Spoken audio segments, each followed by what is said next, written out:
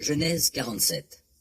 Joseph alla donc informer le Pharaon et lui dit, « Mon père et mes frères sont arrivés du pays de Canaan avec leurs moutons, leurs chèvres, leurs bovins, tout ce qui leur appartient, et ils sont dans la région de Goshen. » Il avait emmené avec lui 5 de ses frères qu'il présenta au Pharaon. Le Pharaon leur demanda, « Quelles sont vos occupations ?»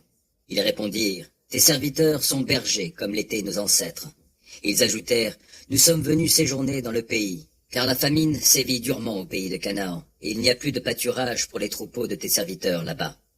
Permets donc à tes serviteurs de s'installer dans la région de Goshen. » Le Pharaon dit à Joseph, « Ton père et tes frères sont venus te rejoindre. Le pays est à ta disposition. Installe-les dans la meilleure province du pays, qu'ils habitent dans la région de Goshen. Et si tu sais qu'il y a parmi eux des hommes de valeur, tu les établiras comme responsables de mes troupeaux. » Joseph fit aussi venir son père Jacob pour le présenter au Pharaon. Jacob bénit le Pharaon. Celui-ci lui demanda, « Quel âge as-tu » Jacob répondit, « Le nombre de mes années de migration est de 130. Les jours de ma vie ont été peu nombreux et mauvais, et je n'atteindrai pas le nombre des années qu'ont duré les migrations de mes ancêtres. » Puis Jacob bénit le Pharaon et se retira. Jacob installa son père et ses frères et leur donna une propriété dans la meilleure partie d'Égypte, dans la région de Ramsès, comme le Pharaon l'avait ordonné. Il procura à son père, à ses frères et à toute la famille de son père les vivres dont ils avaient besoin selon le nombre des personnes à leur charge. La famine était si grande en Égypte et en Canaan qu'on ne trouvait plus nulle part de quoi manger, et les habitants dépérissaient. En échange du blé qu'ils vendaient, Joseph recueillit tout l'argent qui se trouvait en Égypte et en Canaan, et en remplit les caisses du Pharaon. Quand il n'y eut plus d'argent en Égypte et en Canaan, tous les Égyptiens vinrent trouver Joseph et lui dirent, « Donne-nous de quoi manger. Pourquoi devrions-nous mourir là, sous tes yeux, parce que nous n'avons plus d'argent ?»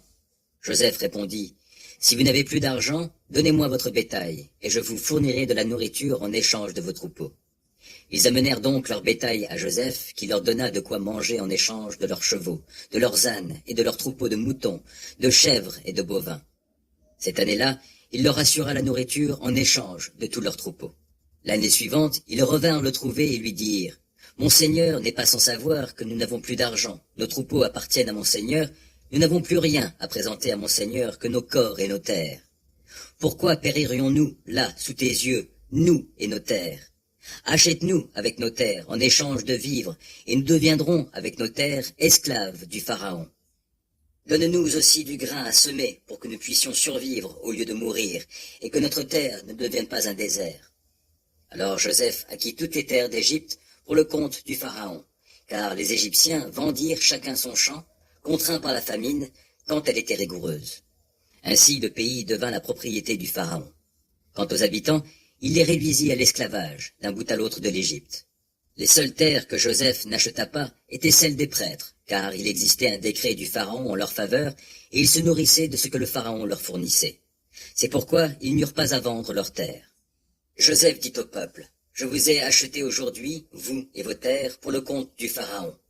Voici des grains, ensemencez vos champs, mais vous donnerez le 5e de vos récoltes au Pharaon. Les 4 autres parts seront à vous pour ensemencer les champs et pour vous nourrir, vous, vos enfants et tous ceux qui seront sous votre toit. » Ils dirent, « Tu nous sauves la vie, puisque nous avons obtenu ta faveur, nous serons les esclaves du Pharaon. » Joseph fit de cette disposition une loi pour toute l'Égypte, loi qui est encore aujourd'hui en vigueur, imposant le versement du 5e de la récolte au Pharaon. Seules les terres des prêtres ne passèrent pas en propriété au Pharaon. Israël s'installa en Égypte, dans la région de Goshen. Ils y acquirent des propriétés. Ils furent féconds et se multiplièrent. Jacob vécut 17 ans en Égypte. La durée totale de sa vie fut de 147 ans. Quand le jour de sa mort fut proche, il appela son fils, Joseph, et lui dit, « Fais-moi une faveur. Place, je te prie, ta main sous ma cuisse, et promets-moi d'agir envers moi avec amour et fidélité, en ne m'enterrant pas en Égypte.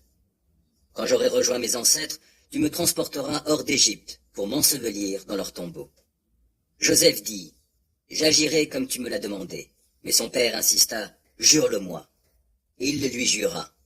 Alors Israël se prosterna au chevet de sa couche.